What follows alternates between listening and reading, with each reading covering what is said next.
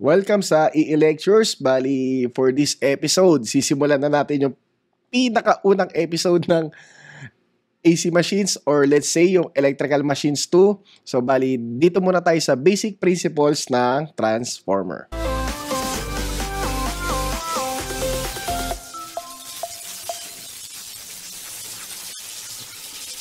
Basic principles muna tayo sa episode 1 ng ating transformers. So, ang i-discuss muna natin dito kung paano nag-ooperate yung isang transformer. So, yung transformer, static machine siya. Katulad nga nung sabi ko dun sa overview ng electrical machines 2, dun sa tatlong AC machines, yung transformer lang yung walang rotating part. So, static lang siya, So, bali, ang ginagawa niya is nagtatransform ng electrical power from one circuit to another without change in frequency. So, bali, mangyayari kung 60 Hz yung nasa input mo, yung lalabas din is 60 Hz. So, let's say, diba, yung dito 60, ang lalabas pa rin dyan is 60 Hz. So, ang nangyayari nga lang, ang tinatransform niya more on is yung voltage. So, let's say, from low voltage, tapos magiging high voltage. So, let's say, yung primary mo is low voltage, and then, aangat ng high voltage sa pangalawa. So, kung na-experience nyo na meron kayong kamag-anak sa US or sa Japan, di ba, nagpadala ng appliances, so more likely yung outlet nila dun o yung mga appliances nila dun nakarate at 110 to 120 volts. Tayo dito sa Pilipinas, di ba, nasa 230 volts. So, hindi kagad natin pwede isaksak yung mga appliances na yun, di ba? So, kung nakapag-furnish ka ng 110 to 120 volts by using the neutral ng transformer ng Meralco, ayun, so magkakaroon ka ng available na 110 or 115 volt na outlet sa bahay mo. Pero kung nangyari na hindi mo siya na-furnish, so lalabas lahat ng outlet mo sa bahay is naka 230 volts lang. So ngayon, bali, magiging problem yung appliances na pinadala sa'yo galing Amerika or Japan, di ba? Hindi mo siya magagamit ngayon. So for that, gagamit ka ng transformer na step down. Or let's say, di ba, sa mga AVR natin, meron naman siya available na 110 volts. So, bali, lalabas step down siya. Kasi yung primary mo, okay, nasa 230 volts. Tapos, pagdating dun sa secondary side, 115 volts na lang siya. So, by that, pwede mo na magamit yung appliances na pinadala sa'yo galing Amerika or Japan. So, ayun, bali yung function ng transformer, it's either i-increase niya yung voltage or i-decrease. At in the same manner, yung mangyayari naman is baliktad dun sa kuryente. So, 'di ba, ang governing power natin sa AC circuit, since AC to, 'di ba? AC machine siya, yung apparent power. So, yung apparent power is voltage times current. So, kaya 'di ba, kung naghahanap tayo ng kuryente, okay? So, S all over B. So, lalabas kung sa primary side or let's say dun sa high voltage side ng transformer, lalabas yung kuryente dun ay mababa. So, kung nasa low voltage side ka naman nung transformer, kung low voltage siya, di ba, lalabas yung kuryente naman doon ay mataas. Pero kung titignan natin, di ba, ang pinaka-intent talaga nung transformer, yung pinaka-basic transformer natin, mapa-distribution or power type transformer, is i-change yung magnitude ng voltage. In terms of power system, ayan, di ba? So, nagtatransmit ka ng bulk of power. So, yung pinaka-intent dun is matransfer mo yung power mo at low losses. So, ngayon, gagamit ka ng transformer na step up. Kasi nga, di ba, kapag tinaasan natin yung voltahe, mangyayari sa kuryente, bababa. So, kung mababa yung kuryente, yung voltage drop mo na which is IR, bababa, especially yung power loss, which is sa I squared R. So, pagdating naman sa residential side, na kung saan nandun tayo, mga customer, di ba?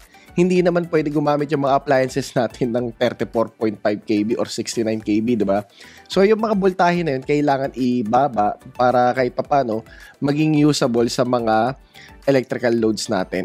So, more on, ayun, yung mga transformer na yun ay naka-focus sa pag-change ng magnitude ng voltage para makapag-transfer ng power at the same time, para maging usable na mga appliances natin yung voltage na binibigay.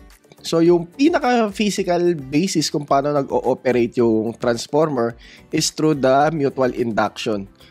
So, dapat talaga inuna ko muna yung playlist ng electromagnetics eh.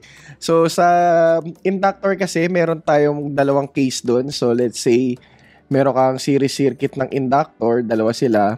Pag nakita mo yung physical niyan, hindi ganun magkalapit yung inductor sa isa't isa.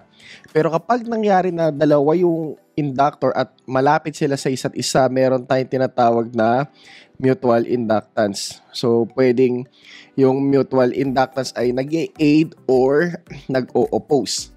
So, since yung dalawang coil ng transformer is malapit sa isa't isa, so nagwo-work sila doon sa principle ng electromagnetic induction. So, bali yung magiging formula natin para sa induced EMF, dalawa yung pwede pagmulan ng formula natin, is yung basic, no? Yung galing sa Faraday's Law of Electromagnetic Induction. Whenever a flux linking a coil changes, merong EMF induced. So, meron tayong flux, no, na naglilink sa coil, tapos nagbabago daw siya.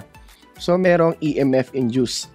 So, itong flux linking a coil changes, ma-achieve mo lang yan kapag ang supply mo is AC.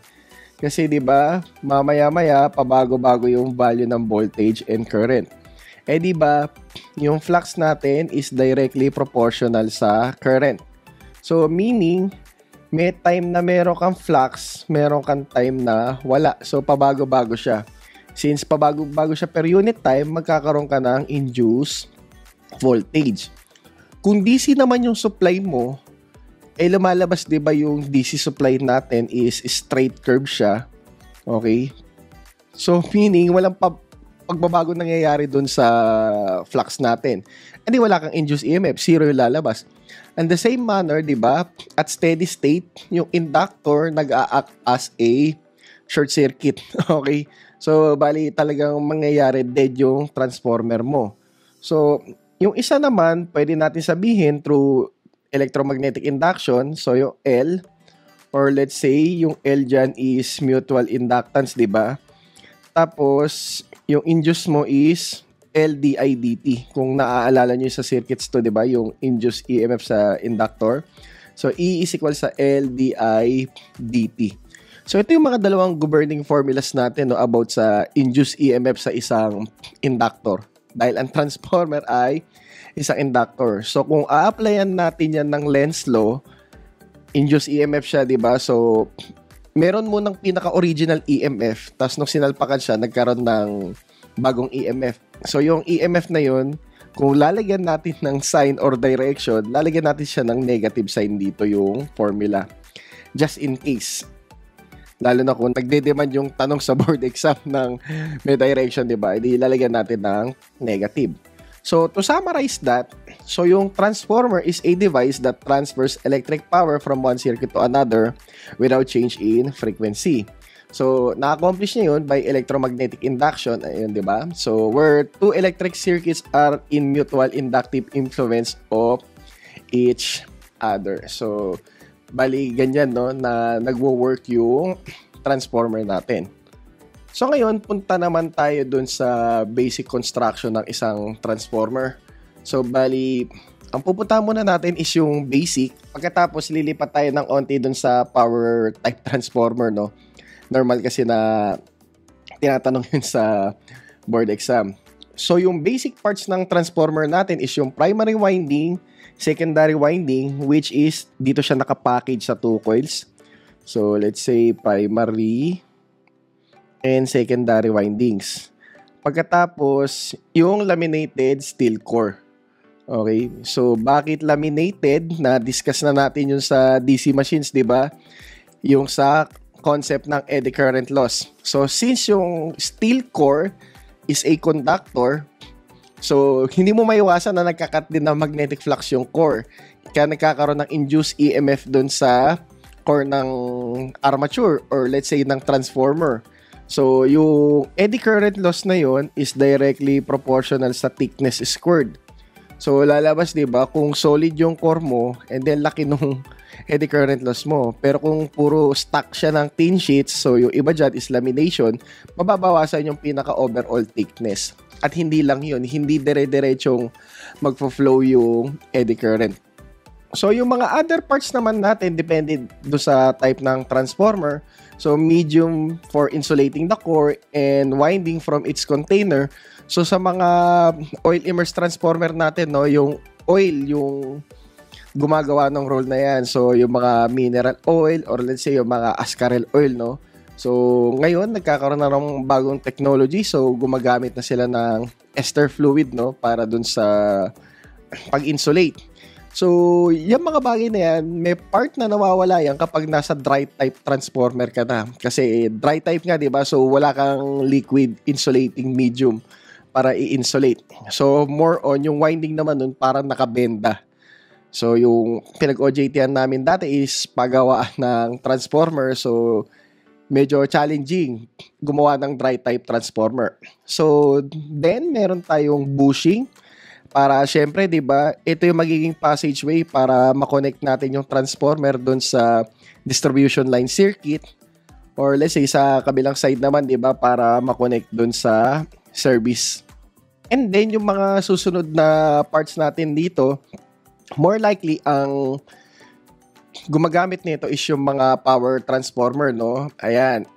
So bali meron tayong breeder, meron tayong conservator, tapos meron tayong Buchholz relay. So, try ko lang i-erase yung sa pen natin, no? Okay? Para mas ma-discuss natin to. So, ngayon, di ba, yung transformer is naka-immerse sa oil. So, hindi naman natin maiiwasan na kapag dinaluyan ng kuryente, umiinit yung transformer. Yung heat na na-produce is I squared R times T. So, ayun. So, kung uminit ang oil, hindi parang nagluluto ka lang sa bahay, di ba? May part na nag-e-expand yung oil, di ba? So, once na mag-expand yung oil, ay di kailangan na extra space niyan. So, dun pumapasok si conservator. Okay? So, in case na nandun ka sa overload or peak load, di ba? Ayan, mag-e-expand yung oil. So, meron pa ring pupuntahan yung expansion ng oil. And then, papasok si breather. So, yung purpose niyan is i-absorb yung moisture, no? So, hindi naman natin makakaila yung transformer natin is subjected sa atmosphere. So, delikado din kapag nagkaroon ng moisture dun sa oil. So, yung insulating quality niya is babagsak agad. Kaya nandyan yung breather na yan para i-absorb yung moisture. So, more likely, ang ginagamit dyan is yung silica gel, no? Para i-absorb yung moisture. So, kung aware kayo doon sa mga parang pack na nandun sa mga sapatos natin, di ba? Kapag binili natin. Kasi normally, kapag natrap yung moist doon sa sapatos, di ba? Babawi yung sapatos natin. So, doon, yun yung trabaho ng silica gel.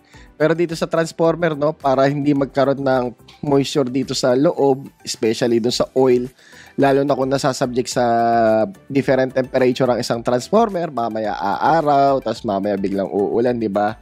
So, candidate yan na magkaroon ng moisture. So, because of breather, ayan, so, naiwasan natin na magkaroon ng moisture dun sa transformer oil natin para hindi bumaba yung insulating quality niya. And then, last, yung Buchholz relay.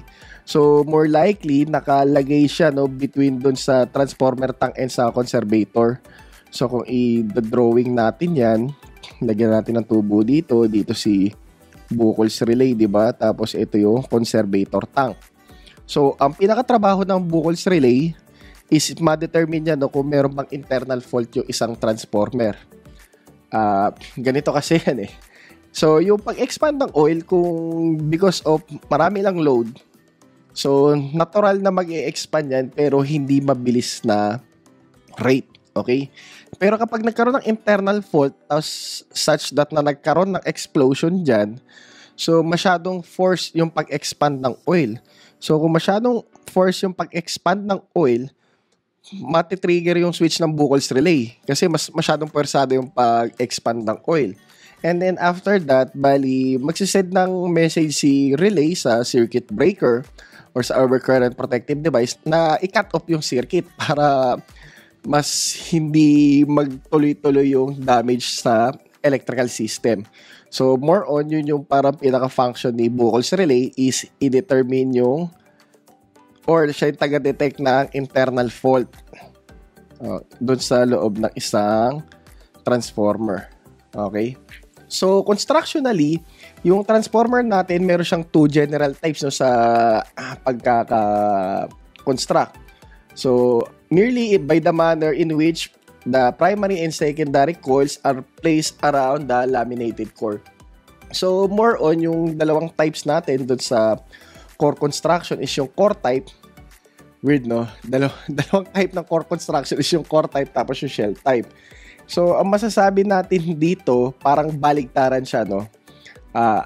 Ano yung mean ko dun sa baligtaran na yun? So, kapag sinabi mong core type, hindi yung core yung nagsusurround dun sa winding, kundi yung winding yung pumapalupot dun sa core. So, winding, okay, surrounds the core.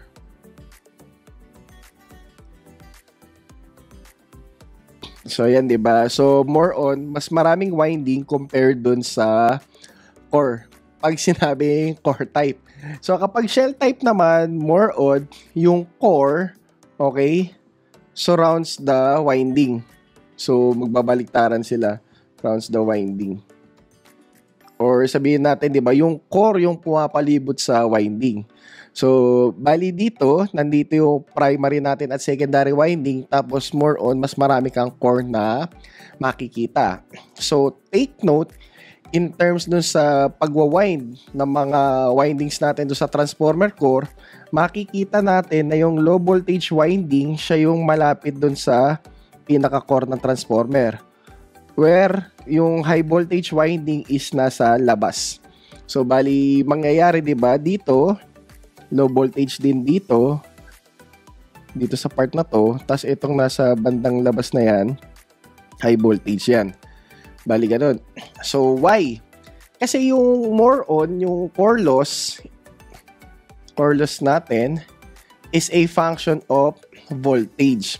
So the more na malaki yung voltage, malaki yung core loss. Pero dahil since low voltage yung mas malapit dun sa core, hindi ganun tataas yung core loss natin. Okay? So, more likely, ang core loss na yan, di ba? Ang component yan is si eddy current loss, pati si hysteresis loss. So, si hysteresis loss, kahit papano, na-discuss na natin siya doon sa Electrical Machines 1, di ba? So, most likely, mas nagsasuffer yung transformer core sa hysteresis loss. Kasi, di ba, ang supply ng transformer is AC. So, meaning, yung magnetic field natin, pabago-bago. So, mamaya North Pole, mamaya South Pole. So, mas nangyayari yung pabago-bago. So, ibig sabihin, yung mga atoms ng core is nagre-realign for North Pole and South Pole. So, kung nagre-realign sila, nagkakaroon ng friction yun. So, nagkakaroon na ang generation of heat. So, yun si hysteresis loss. So, di ba si hysteresis loss natin is equal dun sa hysteresis constant, di ba, volume ng core, tapos yung flux density raised to 1.6. And then, multiply by frequency. So, sa later discussion na lang natin, mas lalong i-derive to, no, na yung basis, or let's say, yung parang pinaka-function dun sa core loss natin is si voltage. Kaya, ina-emphasize natin, dun sa winding, let's say, dito naman sa shell type, yung malapit dito sa core, okay, let's say, yung unang ilalagay natin dyan, is si low voltage winding. Pagkatapos, si high voltage winding. Yun nga lang, hindi ka makaiwas sa shell type construction, no? Kasi itong part ng high voltage winding na to is malapit din sa core. Okay?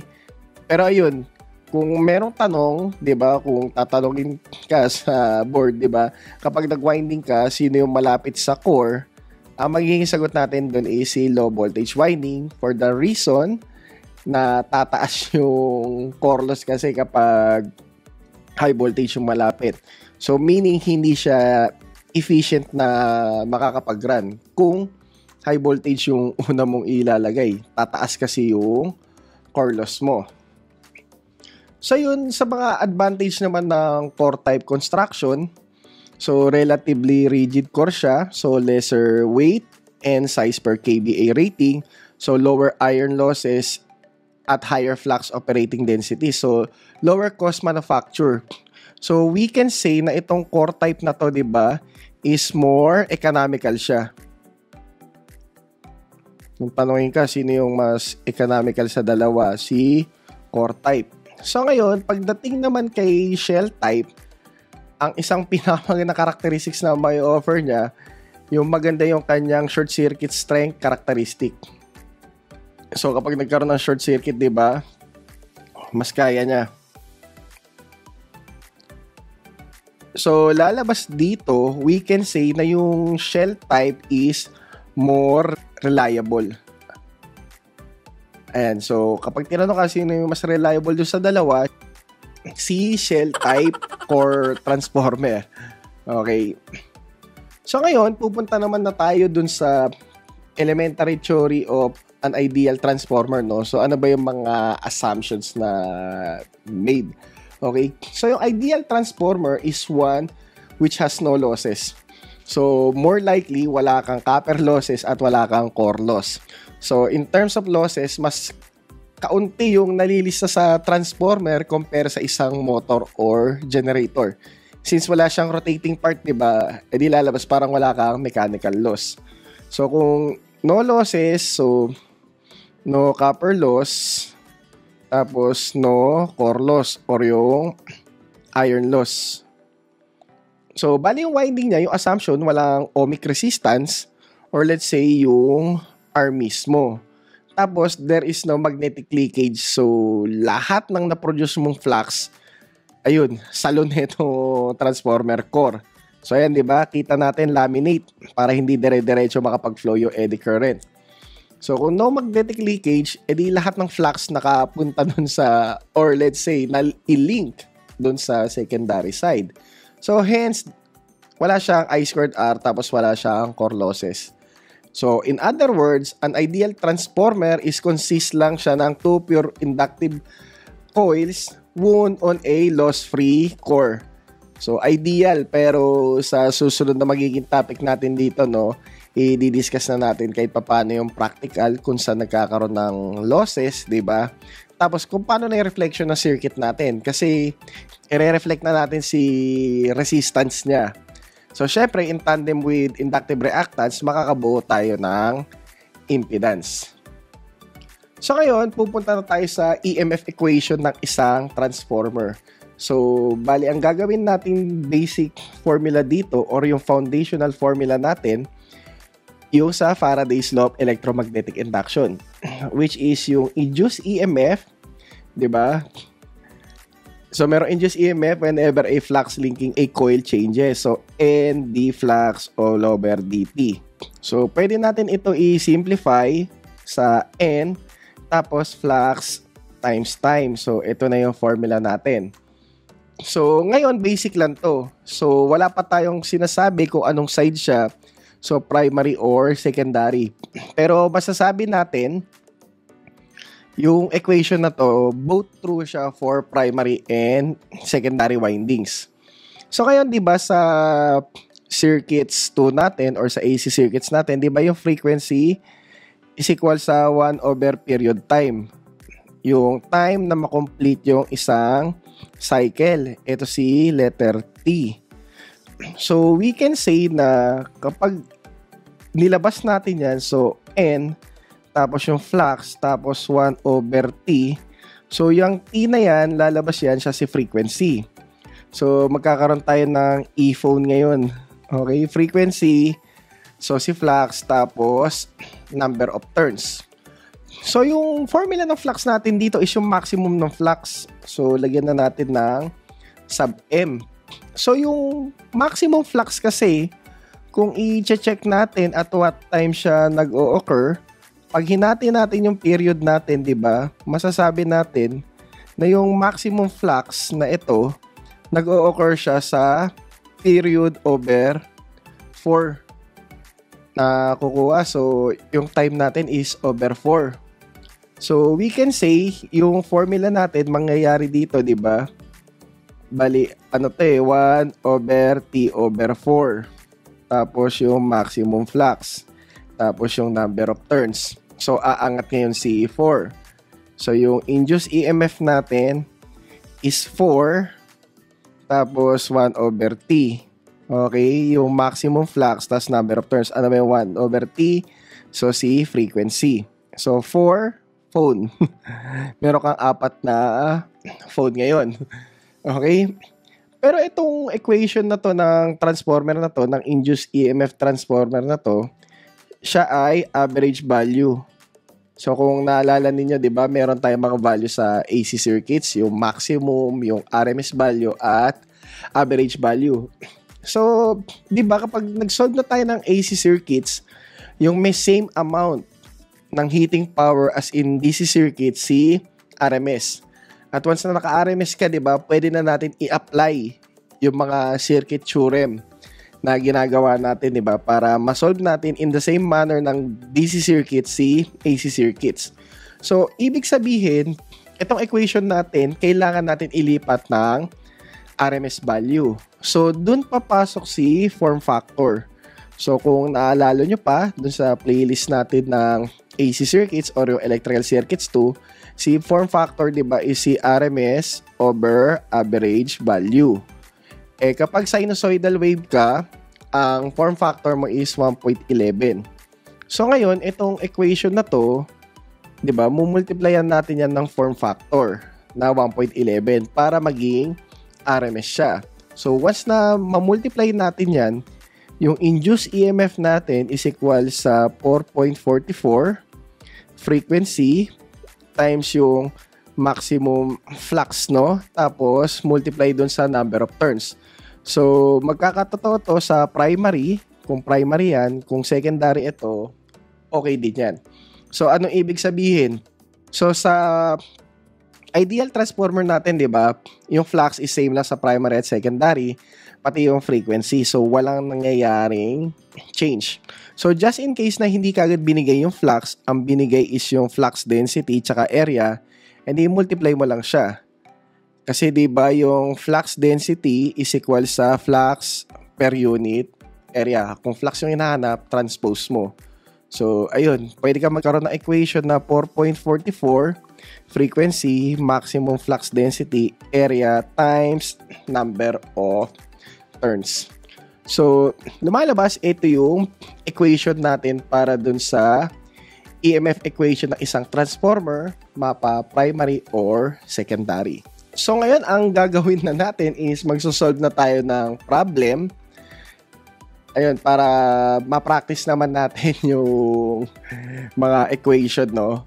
Tapos, ayun, okay na tayo for this episode.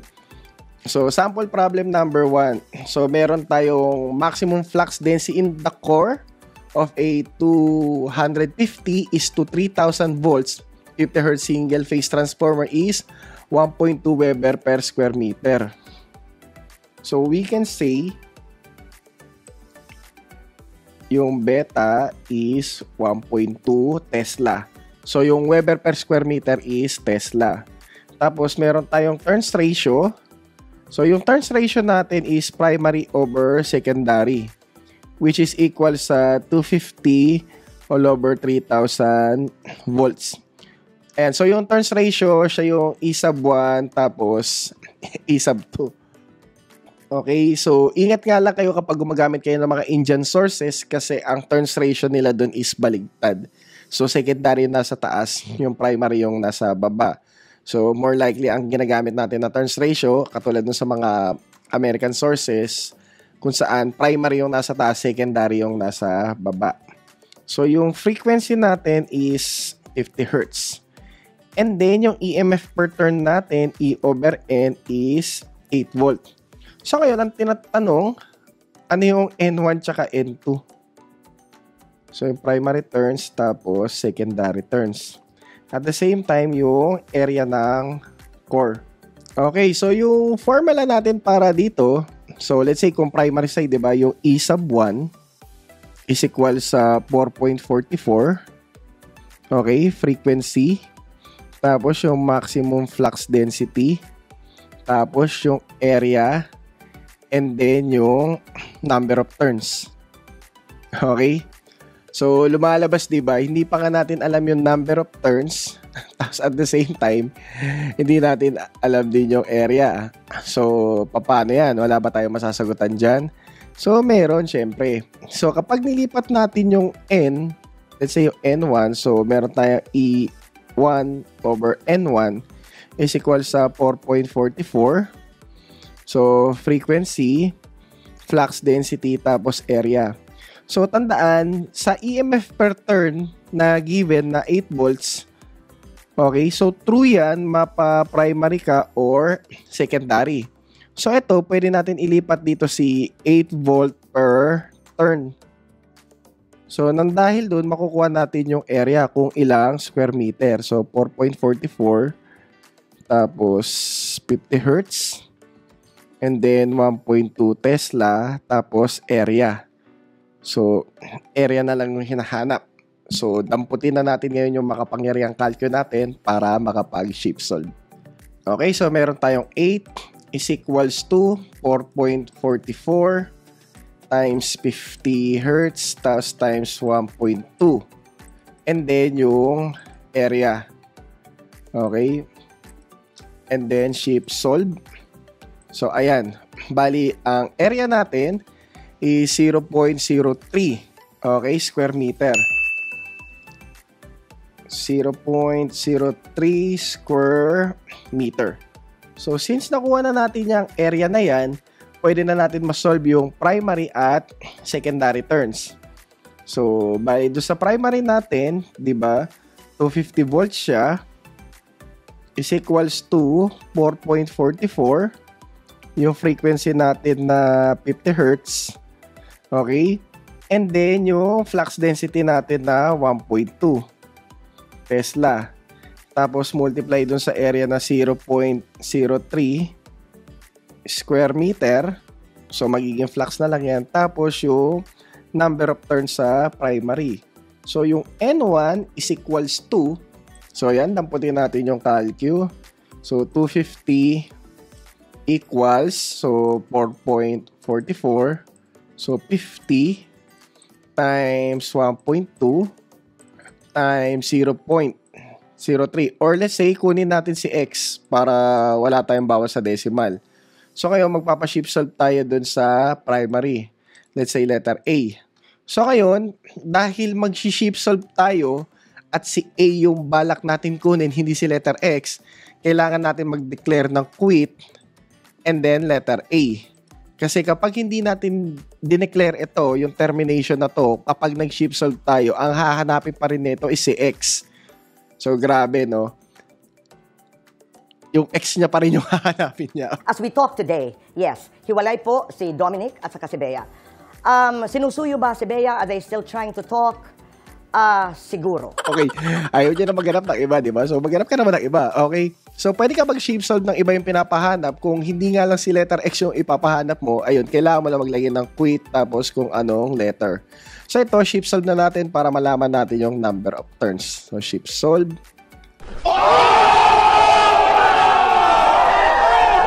So, yun, sad. Yung software na calculate natin, hindi kaya. Okay, so, gagawin ko na lang is transfer ko na lang sila sa lahat dun sa kabilang side. So, pero kapag nandun kayo sa actual na 570 ES, magagawa naman ng 570 ES yan. So, lagyan na natin 4.44, 50 Hertz.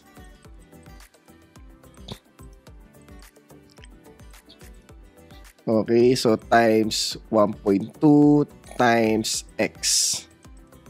Okay, so ayan, yung primary turns natin is, or let's say, 32 turns.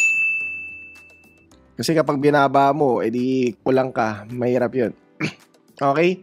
So ngayon, punta naman tayo sa secondary. So kung secondary, bali E sub 2 is equal sa 4.44. And then yung frequency natin ulit. Flux density, area, tapos secondary turns. So lumalabas, meron tayong 3,000 volts all over 4.44. So yung 50 Hz natin. And then si 1.2 Tesla multiply by, so yung 0.03 square meter, yun na si N2. So ito, tinranspose na lang natin kasi hindi kaya nung software na calcu mag-shift solve ng iba yung hinahanap na letter. Pero actual calcu kaya niya naman yan. So gawin natin dito, i-edit lang natin ito. Ilagay natin dito is 3,000. So since 3,000 yung voltage, malamang mas marami itong turns, di ba? So equals, so 375 turns sa secondary. So N2 is equal sa 375 turns. So ito yung mga answers natin para sa sample problem number 1. And then lilipat naman tayo sa sample problem number 2. Okay, so for sample problem number 2, meron tayong 25 kVA transformer na meron siyang 500 turns on the primary. So sulat natin is 25 kVA. So 500 yung primary niya. And then 50 turns yung secondary. So N2, 50. Tapos yung primary daw is connected sa 3,000. Okay, so drawingan natin. So yung E sub 1 is 3,000 volts. Tapos 50 Hz daw yung supply. Check natin yung tanong. So himala, puro 50 Hz, hindi 60 Hz yung tanong natin. So ngayon, find yung required natin. So full load primary and secondary currents. So si I1 at saka si I2. Tapos hindi lang yun, yung secondary EMF, so yung E sub 2, and then yung maximum flux in the core. So ayan, si Phi.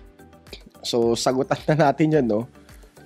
So tandaan, yung apparent power natin, mapa-primary or secondary, iisa lang yung formula dyan. So we can say na yung S is equal sa E sub 1 multiply I sub 1 or E sub 2 I sub 2. Okay? So kapag pinagtapat natin yung dalawang yan, so E sub 1 I sub 1 is equal sa E sub 2 I sub 2. So transpose E sub 1 E sub 2. So ano ba si E sub 1 tsaka E sub 2? Si turns ratio siya, 'di ba? Yung alpha. And then pag nilipat mo I2 all over I1.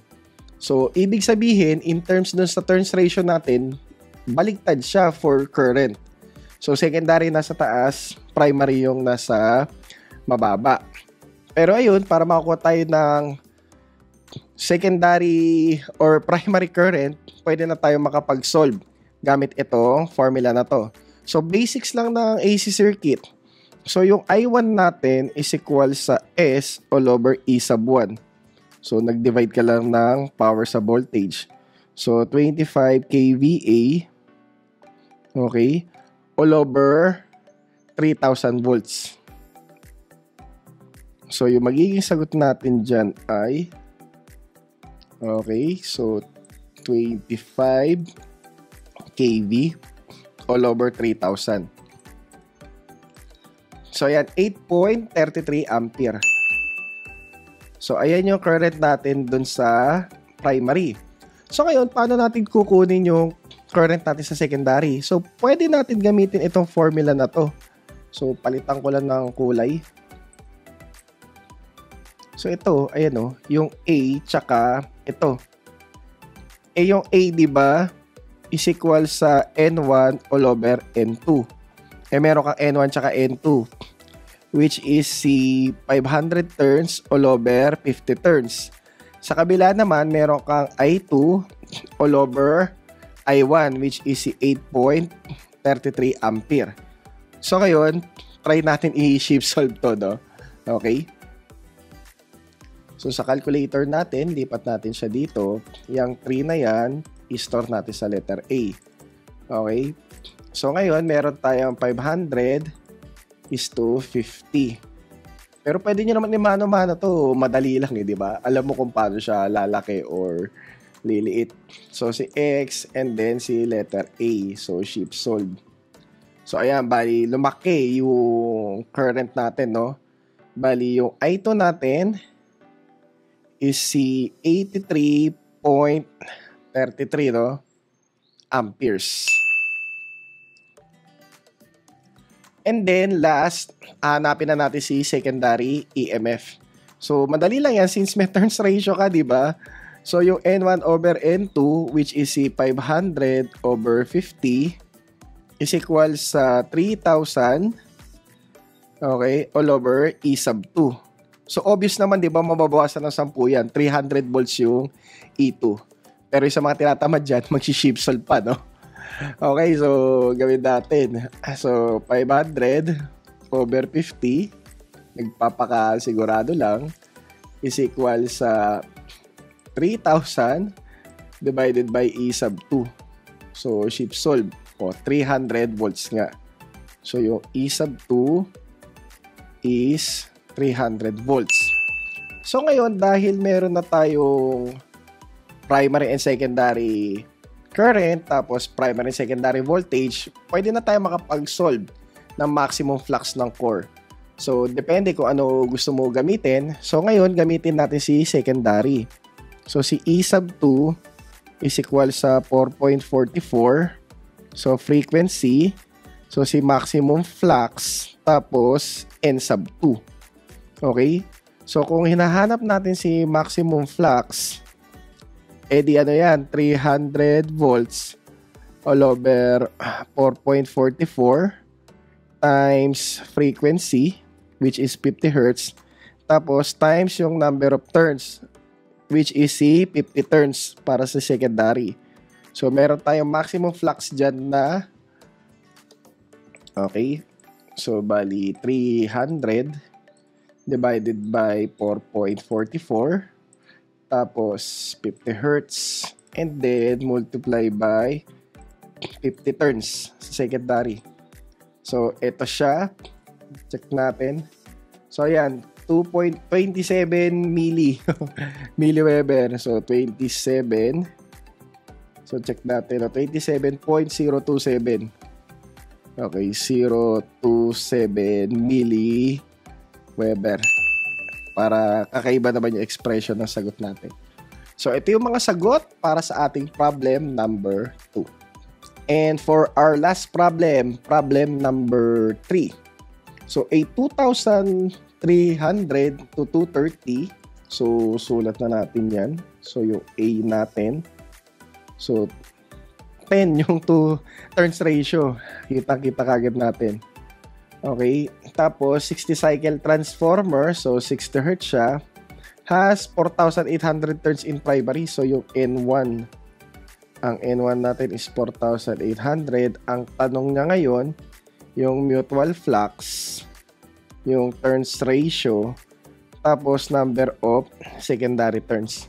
So, medyo madali na to, no? Kasi nga yung turns ratio, obvious eh. So, di ba, nag 2,300 ka all over 230. Edi 10 yan. Okay, equals 10. So, ayan, kung nagpapakasigurado ka, di ba? Try pa natin. So, 2,300 divided by 230. Okay, so 10. So, ngayon, ayun, punta na tayo sa mutual flux. So, since primary yung meron tayong mga data, primary yung gamitin natin, yung E sub 1 is equal sa 4.44. So, frequency, yung mutual flux, or let's say yung maximum flux. Tapos, N1. Hindi meron tayong 2,300 volts dyan. Is equal sa 4.44. And then, 60 Hz. So, mabuti. Meron na tayong 60 cycle na frequency. And then, nawawala si mutual flux. Tapos, meron tayong 4,800 turns. So, pwede ka na mag-shift solve dito. Okay, lipat lang natin siya sa kabila. So, 2,300 equals 4.44. So, 60 Hertz. Tapos, ayun, nawawala. And then, 4,800. So, yung magiging sagot natin dyan, so, shift solve. Okay, so, masyadong mababa, no? Pick upin natin sa labas. Alpha X. Tapos, kunin natin yung milli. So, yung milli niya is 1.798. Okay, milliweber. Okay, 1.798 milliweber. Check natin yung history ng computation. Ayan, 4.44, 60x tapos 4,800. So, 1.798 times 10 raised to negative 3 Weber. So, ngayon, dahil nakuha na natin si mutual flux, pwede na tayo makapag-solve ng secondary coils. So, palitan lang natin ito ng kulay. So, yung secondary coils natin, kukunin natin sa E sub 2 is equals to 4.44 frequency. So, yung mutual flux natin or maximum flux, tapos N2. So, meron na tayo, di ba, ng E sub 2, 230 volts, 4.44. Meron ka ng frequency na 60 Hz. And then, meron na tayo nito, kakasolve lang natin yung 1.798 times 10 raised to negative 3 Weber. Tapos, si N2 na lang yung nawawala. So, pwede na natin siya i-transpose. Or, kung gusto mong mas madali, di ba? Edi, mag-turns ratio ka na lang. Yung A is equal sa N1 all over N2. Pero, kahit ano yung gamitin mo dito, magpaparehas na sagot yan eh. So, di ba, let's say, ayan, 10. Tapos, 4,800 all over N2. Edi obvious yung N2 is 480 turns. So ngayon, kapag kinounter check natin dito sa kabila, so bali check natin 230 all over 4.44 times 60, and then yung nakuha nating flux kanina. So expect natin 480 dapat to. So ayun, 480 turns din. Pero syempre kapag chinek mo yan, mas mabilis ito equation na to compare dun sa eto. Pero yun, it will lead in the same answer.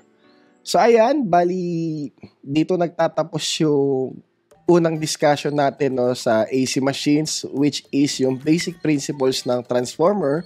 So nagsimula muna tayo sa ideal circuit. So bali sa susunod na episode natin, pupunta naman tayo sa practical representation ng circuit ng isang practical transformer na kung saan meron na tayong resistance at magkakaroon na tayo ng impedance. So kung nakatulong sa inyo itong video na to, paki-share lang sa iba or paki-share yung mga ibang playlist natin sa EE Lectures. At ayan, sama-sama tayo sa mga future episodes. So see you na lang sa mga susunod na episodes natin sa EE Lectures and the Lord of Spirits podcast. Bye!